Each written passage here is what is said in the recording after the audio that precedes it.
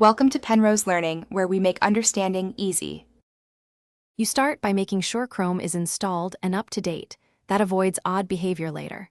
Once done, open your Android settings and tap Apps or Apps and Notifications so you can manage defaults. Next, find Default Apps or Advanced App Settings. Different phones name it slightly differently. You're doing this to tell Android which app should handle web links by default, which prevents prompts each time.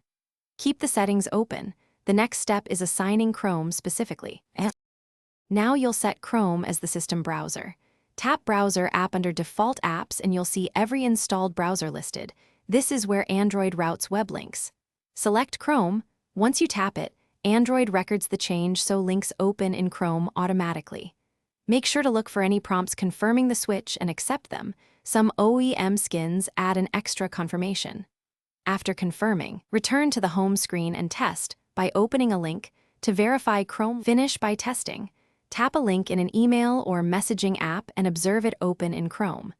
If it doesn't, go back to Default Apps and reselect Chrome because transient glitches sometimes prevent the change from sticking.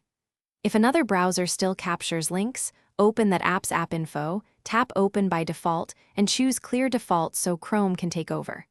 If problems persist, reboot the phone. Rebooting often resolves permission or cache hiccups, so your new default works reliably.